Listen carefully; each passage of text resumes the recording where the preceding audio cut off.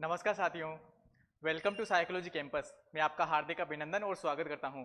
उम्मीद करता हूं आप सभी की तैयारी अच्छी चल रही होगी और आप अच्छे से तैयारी यहां पर कर रहे होंगे। जी हां, हमें पता है 7 जुलाई को हमारा सीटेट का एग्जाम यहां पर आयोजित होने वाला है। उसी क्रम में हम आपके सामने रोजाना सीटेट जो कि 7 जुलाई को यहां पर एग्जाम होने जा रहा है, उसी के अकॉर्डिंग सीडीपी को लेकर रोजाना आपके सामने क्लास आयोजित हो रही है।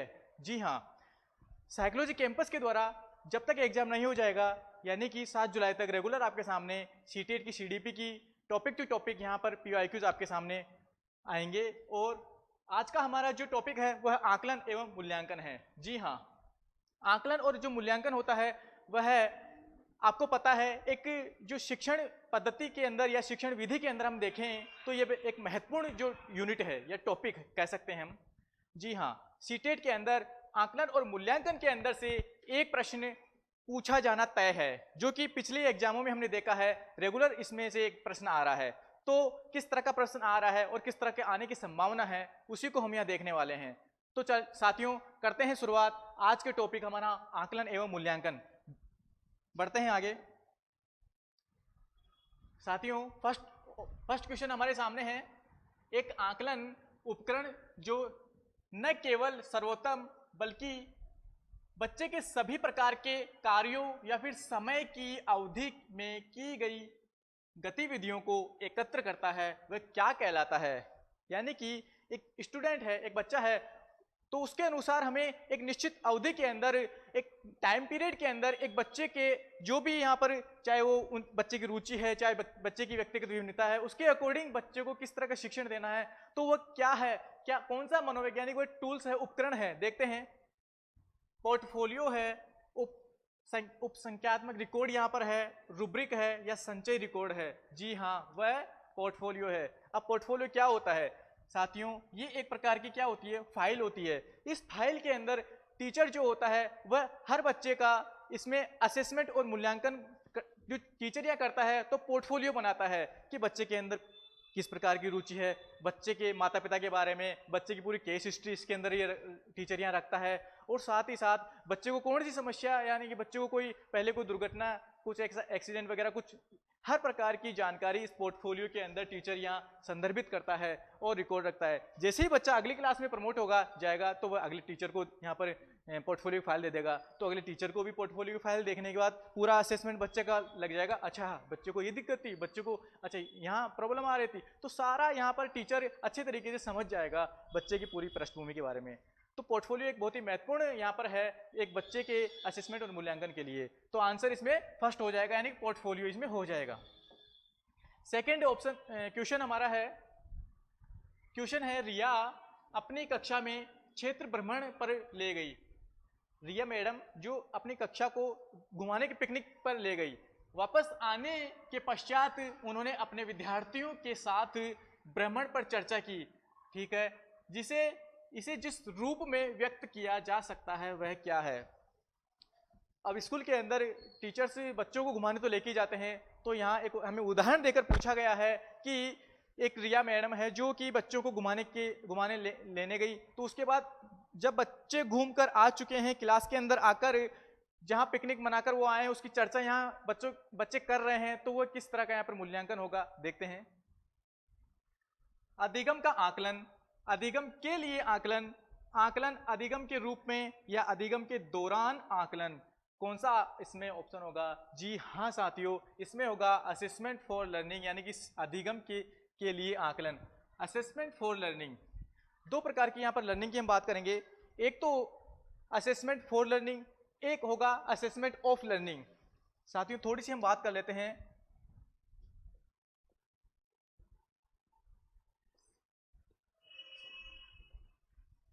Assessment of learning, assessment of learning, और दूसरा है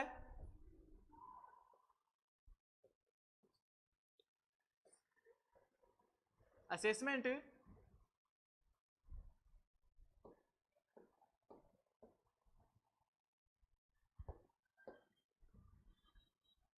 फॉर लर्निंग।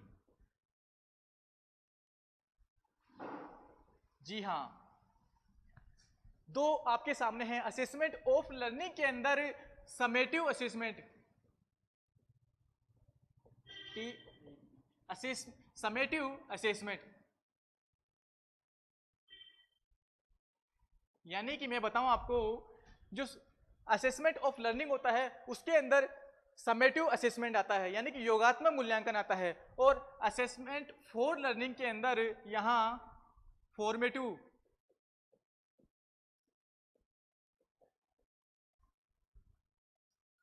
असेसमेंट,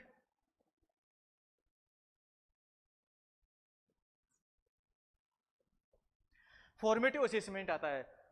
आपके सामने असेसमेंट फॉर लर्निंग और असेसमेंट ऑफ लर्निंग है। तो आप मुझे बताएं कि कक्षा के अंदर टीचर को कौन सी लर्निंग को यहाँ पर बढ़ावा देना चाहिए, कौन से असेसमेंट को यहाँ पर बढ़ावा देना चाहिए।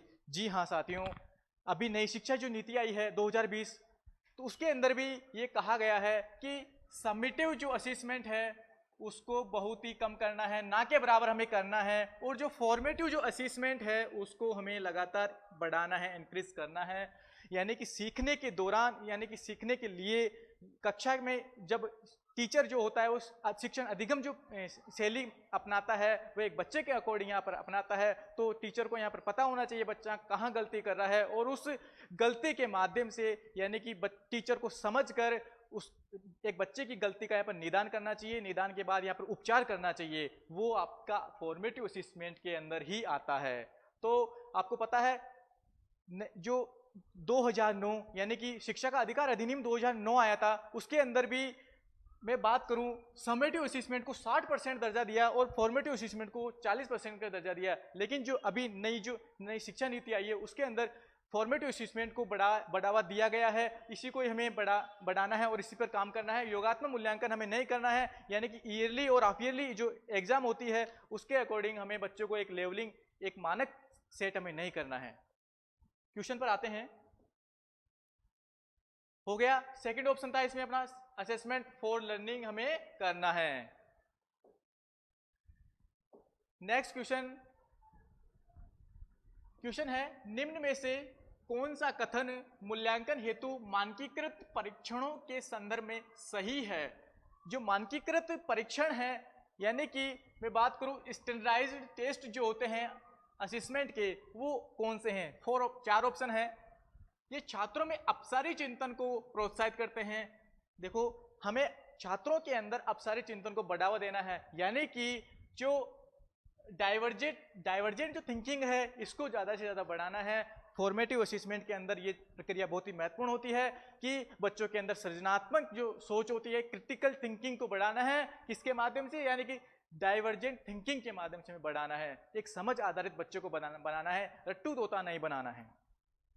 ठीक है, देखते हैं। वे मूल्यांकन के सख्त ढांचों संरचनाओं पर आधारित होते हैं। जी हाँ, वे अधिगमकर्ताओं की आवश्यकताओं और विविधताओं पर आधारित विभिन्न विधियों का प्रयोग करते हैं। वे मानते हैं कि प्रत्येक व्यक्ति भिन्न भिन्न तरीके के होते हैं। तो हमें पूछा है, हमें जैसा हमें प्रश्न पूछा जाएगा उत्तर भी हमें उसी के अकॉर्डिंग ही देना है। तो हमें प्रश्न ये पूछा है कि मूल्यांकन हेतु मानकीकृत परीक्षणों के संदर्भ में कौन सा सही है। मानकीकृत परीक्षणों की मैं बात करूं, यानी कि योगात्मक जो मूल्यांकन है, यानी कि समेटिव जो असेसमेंट है उसके यहाँ पर बात हो रही है, ईयरली हाफ ईयरली एग्जाम की बात हो रही है। तो इसमें सेकंड ऑप्शन राइट हो जाएगा। मानकीकृत परीक्षणों के संदर्भ में वे मूल्यांकन के सख्त ढांचों संरचनाओं पर ही आधारित हैं। सेकंड ऑप्शन इसमें राइट हो जाएगा। अगला प्रश्न है आपके सामने, निम्नलिखित में से कौन से कथन आकलन की प्रकृति की सही व्याख्या कर रहे हैं। देखते हैं, 4 ऑप्शन है, उनमें से कौन सी प्रकृति की सही व्याख्या हो रही है। शिक्षण अधिगम की प्रक्रिया का एक अंग है जो कि सतत चलता है। ठीक है, विद्यार्थियों के उपलब्धि स्तर तथा उन्हें क्या नहीं आता के बारे में अवगत कराता है। जी नहीं, हमें बच्चे को उसकी कमी के बारे में बताना है और कमी को बच्चे को पूरी तरह से समझाना है कि बेटा आप ऐसे नहीं, इस तरह करो। एक उसकी कमी के बारे में हमें उसको मतलब डांट फटकार कर स्कूल से बाहर नहीं करना है, क्लासरूम से बाहर नहीं करना है। आगे देखते हैं, सीखने में आई बाधाओं का पता लगाकर उन्हें दूर करने में सहायक होता है।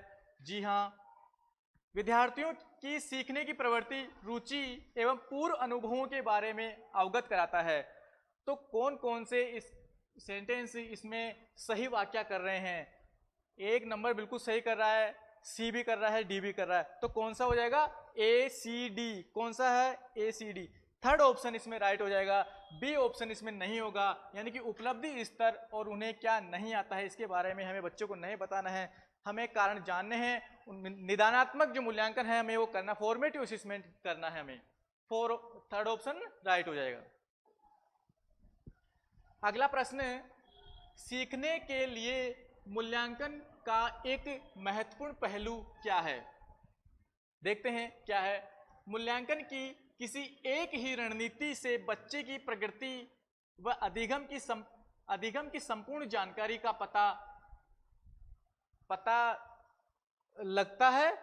देखते हैं, यह सीखने में होने वाले बदलाव का अवलोकन करता है। यह बच्चों की व्यक्तिगत व विशिष्ट जरूरतों को नहीं पहचानता। देखते हैं, यह शिक्षकों को मानसिक मंदबुद्धि वाले बच्चों को पहचानने में मदद क्या करता है? क्या करता है बताइए। आपके सामने प्रश्न ये कह रहा है कि सीखने के लिए मूल्यांकन, यानी कि following is an important aspect related to assessment for learning. Assessment for learning की यहाँ पर बात हो रही है। कौन सा ऑप्शन इसमें राइट होगा? महत्वपूर्ण पहलू यहाँ क्या है? जी हाँ, यहाँ फर्स्ट ऑप्शन राइट हो जाएगा कि मूल्यांकन के लिए एक ही रणनीति से बच्चे की प्रगति व अधिगम की संपूर्ण जानकारी का यहाँ पर पता लगा सकते हैं हम। जी हाँ, बढ़ते हैं नेक्स्ट प्रश्न की ओर। अगला प्रश्न है, अभिकथन। शिक्षकों को बच्चे के मूल्यांकन के लिए मानकीकृत पाठ्यक्रम और प्रक्रियाओं का पालन करना चाहिए। शिक्षकों को, यानी कि जो टीचर होते हैं, वह बच्चों को यहाँ मूल्यांकन के लिए एक जो मानक सेट किया हुआ है, मानकीकृत जो पाठ्यक्रम है, क्या उसी के अकॉर्डिंग पालन करना चाहिए? जी नहीं। तर्क क्या कह रहा है? समावेशी शिक्षा का उद्देश्य मतभेदों को खारिज कर सभी को समान बनाने की दिशा में काम करना। जी नहीं। समावेशी शिक्षा के अंदर आपको पता है CWSN जो बच्चे होते हैं, उनके जो मतभेद होते हैं उनको हमें खारिज नहीं करना है, उनको हमें पहचान करना है और उसी के अकॉर्डिंग यहाँ पर टीचिंग लर्निंग हमें करवानी है। तो दोनों के दोनों ही ऑप्शन इसमें गलत हो जाएंगे। 4 ऑप्शन हो जाएगा, ए और आर दोनों ही गलत हैं। हमारा अगला प्रश्न है, कथन ए। बच्चों के सीखने और तरक्की के मूल्यांकन के लिए विविध तरीकों व प्रणालियों का प्रयोग करना चाहिए। बिल्कुल सही कह रहा है स्टेटमेंट कि बच्चों को सीखने और सिखाने के लिए हमें एक टीचर को विविध प्रकार की प्रणालियां अपनानी चाहिए। ठीक है। तर्क क्या कह रहा है? विभिन्न क्षेत्रों में बच्चों के विकास की समग्र जानकारी देने के लिए मूल्यांकन का एक तरीका काफी नहीं है। बिल्कुल सही है। जरूरी नहीं है कि एक मूल्यांकन के माध्यम से ही हम बच्चे का एक लेवल यहाँ पर सेट कर सकते हैं। अगर 10th के अंदर बच्चे की अच्छी परसेंटेज है तो ये जरूरी नहीं है कि वो साइंस में तिले, वह उसकी रुचि के अकॉर्डिंग यहाँ पर सब्जेक्ट डिसाइड कर सकता है। तो फर्स्ट ऑप्शन हो जाएगा। दोनों सही हैं और व्याख्या भी यहाँ पर हो रही है एक ही। बढ़ते हैं नेक्स्ट प्रश्न की ओर। अगला प्रश्न है, निम्न में से सतत व समग्र मूल्यांकन को लागू करने का प्रभावी तरीका कौन सा है? यानी कि यहाँ पर हमारे सामने आया है कंटिन्यूअस एंड कंप्रेसिव इवोल्यूशन यहाँ पर आया है।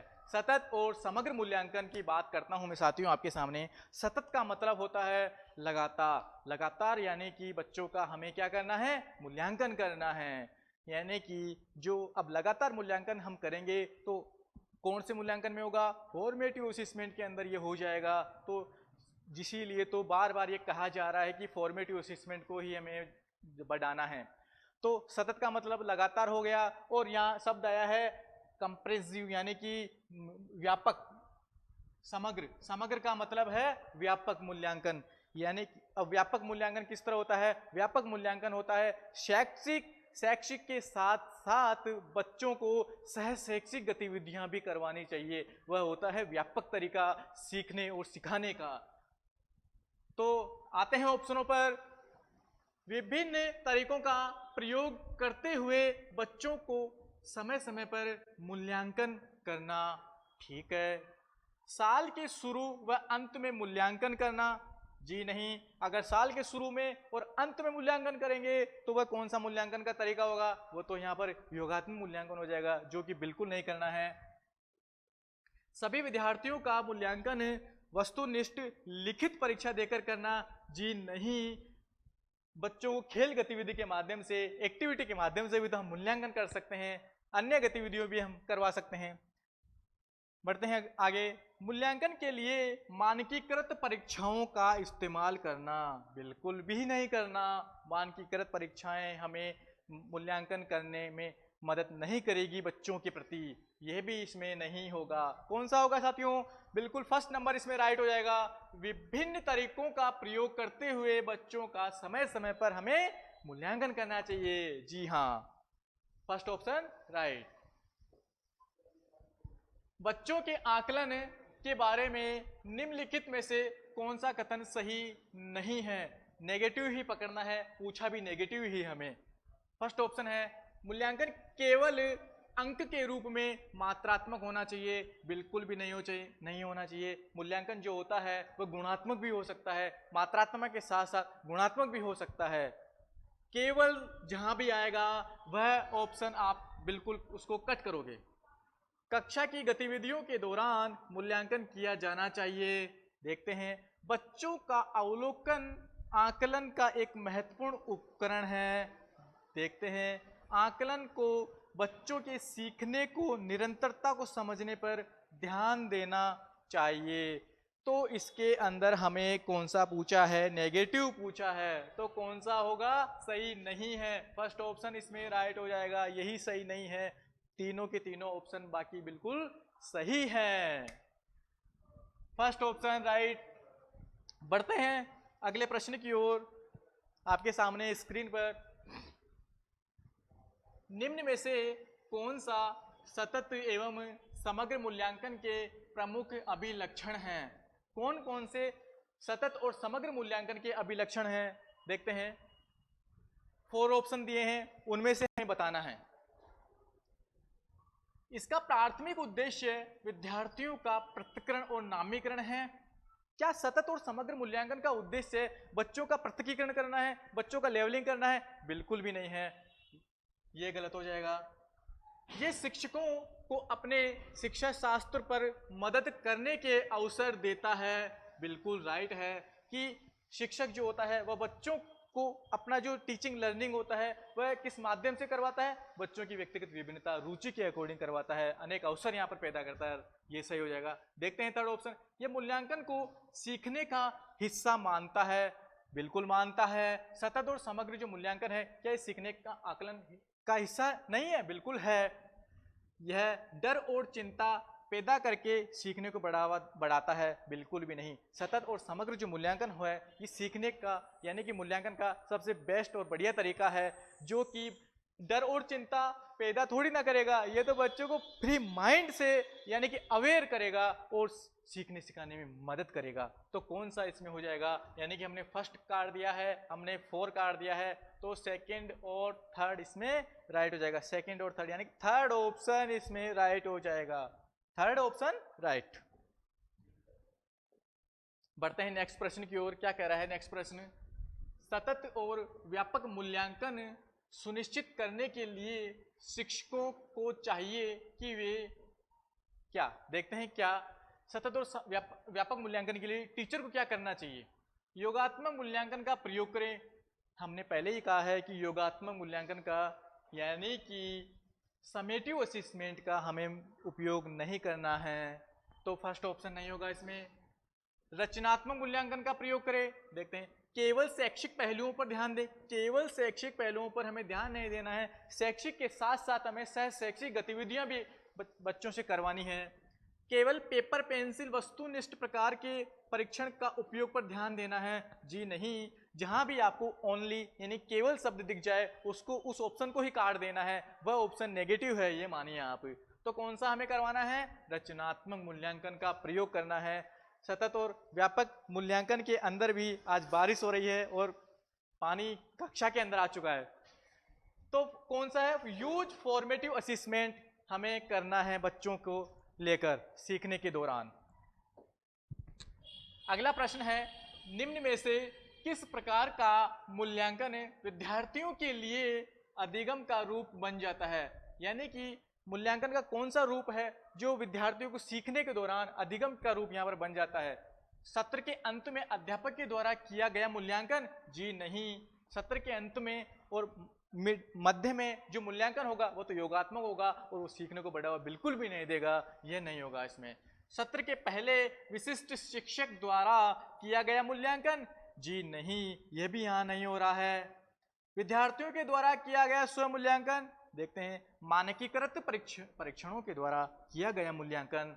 मानकीकृत परीक्षण यानी कि assessment done through standardised test यहाँ नहीं होगा, बिल्कुल भी नहीं होगा। थर्ड ऑप्शन इसमें राइट हो जाएगा। यानी कि जब बच्चा खुद से एक्टिविटी करके स्व मूल्यांकन करके जब बच्चा सीखेगा, वही सबसे बढ़िया यानी कि सबसे अच्छा सीखने का यहाँ पर उदाहरण होगा। तो विद्यार्थियों के द्वारा किया गया स्वयं मूल्यांकन ही सतत और समग्र मूल्यांकन का सबसे बेस्ट उदाहरण होता है। अधिगम इसमें बच्चा ज्यादा से ज्यादा करता है, सीखता है।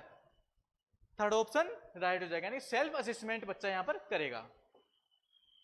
अगला प्रश्न है, सीखने के आकलन के बजाय सीखने के लिए आकलन, सीखने के लिए आकलन पर ध्यान केंद्रित करना सुनिश्चित करने के लिए इनमें से क्या शामिल करना महत्वपूर्ण है? देखते हैं, यानी कि असेसमेंट फॉर लर्निंग की यहाँ पर बात हो रही है। इसके अंदर हमें क्या कौन कौन से महत्वपूर्ण बिंदु हैं उनको हम देखते हैं। स्व मूल्यांकन करना चाहिए, बिल्कुल करना चाहिए। एक स्टूडेंट को स्व मूल्यांकन जितना ज़्यादा करेगा उतना ही बेहतर ही सीख पाएगा, बिल्कुल राइट है। सहकर्मी मूल्यांकन यानी कि पीयर असेसमेंट, जो स्टूडेंट है, छात्र है, तो उसके जो साथी हैं, उसके दोस्त हैं, उनसे चर्चा करेगा, है तो आपस में जब बातचीत होगी किसी मुद्दे को लेकर, किसी भी प्रकरण पर, तो क्या बच्चे की डेवलप नहीं होगा? बच्चे की समझ यहाँ बढ़ेगी नहीं? बिल्कुल बढ़ेगी। यह भी हमें करना चाहिए। सहकारी मूल्यांकन करना चाहिए। गुणात्मक प्रतिक्रिया, बिल्कुल राइट, गुणात्मक प्रतिक्रिया तो करना ही चाहिए। अगला है, मात्रात्मक मापदंडों के आधार पर छात्रों की बीच तुलना नहीं करनी है। बिल्कुल भी तुलना बच्चों के अंदर नहीं करनी है। अगर आप यहाँ सतत और व्यापक मूल्यांकन की, समग्र मूल्यांकन की बात कर रहे हैं, असेसमेंट फॉर लर्निंग की यानी कि असेसमेंट की आप बात कर रहे हैं, तो बच्चों के अंदर आप तुलना बिल्कुल नहीं कर सकते। ये एक नेगेटिव ऑप्शन है। तो इनमें कौन कौन सा राइट है देखते हैं। फर्स्ट, सेकंड और थर्ड इसमें राइट हो जाएगा। तो कौन सा ऑप्शन दिख रहा है आपको? सेकंड ऑप्शन इसमें हो जाएगा, यानी कि फर्स्ट, सेकंड और थर्ड, जो कि एक बच्चे को यहाँ पर सीखने और सिखाने के दौरान बार बार उपयोग करना चाहिए। स्वयं मूल्यांकन भी करना चाहिए, सहकर्मी मूल्यांकन भी करना चाहिए और गुणात्मक प्रतिक्रिया भी यहाँ पर करनी चाहिए। बढ़ते हैं अगले प्रश्न की ओर। बच्चों का मूल्यांकन करने के लिए शिक्षकों को निम्नलिखित में से किन तरीकों का प्रयोग करना चाहिए? कौन से तरीकों का यहाँ प्रयोग करना चाहिए देखते हैं। समूह में कार्य करना चाहिए, बिल्कुल कार्य समूह के अंदर जितना ज़्यादा करेंगे उतना ही बेस्ट हमारा यहाँ पर काम होगा। सेकंड है कक्षा में भागीदारी, जी हाँ, कक्षा में भागीदारी भी होगा। पोर्टफोलियो भी हमें हर बच्चे का तैयार करना है, जिससे क्या होगा, बच्चे की जो हमें पता रहेगा कि बच्चे को कहाँ गलती बच्चे ने की है, सारा यहाँ पोर्टफोलियो के अंदर, फाइल के अंदर होगा। प्रस्तुतिकरण, बिल्कुल प्रस्तुतिकरण भी यहाँ पर होगा। तो एक यानी कि बच्चों का यहाँ पर मूल्यांकन करने के लिए शिक्षकों को ये सारे कार्य करवाने चाहिए, तो सारे ही इसमें हो जाएंगे। तो 4 ऑप्शन राइट हो जाएगा, चारों ही राइट है। आज का लास्ट प्रश्न आपके सामने, सतत और व्यापक मूल्यांकन में इनमें से क्या शामिल हैं? कौन कौन से शामिल हैं देखते हैं। मूल्यांकन के मापदंडों और उपकरणों की योजना बनाना चाहिए, जी हाँ, बनाना चाहिए। शिक्षकों के द्वारा सावधानी पूर्वक रिकॉर्ड अभिलेख तैयार करना चाहिए, बिल्कुल करना चाहिए, हर बच्चे का करना चाहिए। बच्चों को समय समय पर परीक्षण करना एवं उनको श्रेणीबद्ध करना बिल्कुल भी नहीं करना चाहिए, श्रेणीबद्ध नहीं करना चाहिए, यानी कि रैंकिंग नहीं देना चाहिए बच्चों को, टेस्टिंग रैंकिंग लेवलिंग बच्चों को नहीं देना चाहिए, ये कट हो जाएगा हमारा। शिक्षण की अधिगम प्रक्रिया के साथ एकीकृत करना चाहिए, बिल्कुल करना चाहिए, यानी कि फर्स्ट राइट, सेकंड राइट और फोर राइट हो जाएगा। फर्स्ट सेकंड और फोर देख लो, फर्स्ट सेकंड और फोर हमारा पहला ही ऑप्शन इसमें राइट हो जाएगा। सतत और व्यापक मूल्यांकन को लेकर फर्स्ट सेकंड और फोर राइट हो जाएगा। तो साथियों, आज आकलन और मूल्यांकन को लेकर आपके सामने हमने आप PYQs करवाए हैं, आपने अच्छे से इनको किए हैं और उम्मीद करता हूं कि जो सीटेट की एग्जाम है 7 जुलाई को, उसके अंदर इन जैसे ही प्रश्न या फिर इनमें से या इन जैसे ही प्रश्न आपको देखने को मिलेंगे और आप बिल्कुल राइट करके आएंगे, इतना मेरा वादा है आपसे। और साथियों, आज यहाँ हम बात करें 4 जुलाई हो चुकी है और सीटेट के एडमिट कार्ड आने वाले हैं, तो आपको सेंटर पहले ही डाल चुके हैं, कौन सा कहाँ सिटी में है, तो एग्ज़ाम को लेकर भयभीत नहीं होना है, बिल्कुल फ्री माइंड से एग्ज़ाम में जाना है। और हमें एक दिन पहले, अगर दूर आया है तो एक दिन पहले शाम को निकल जाना है। मिलते हैं साथियों अगले वीडियो में अगले टॉपिक के साथ अच्छे से। थैंक यू सभी को, आप आज का थैंक यू सभी को, बहुत बहुत धन्यवाद। मिलते हैं।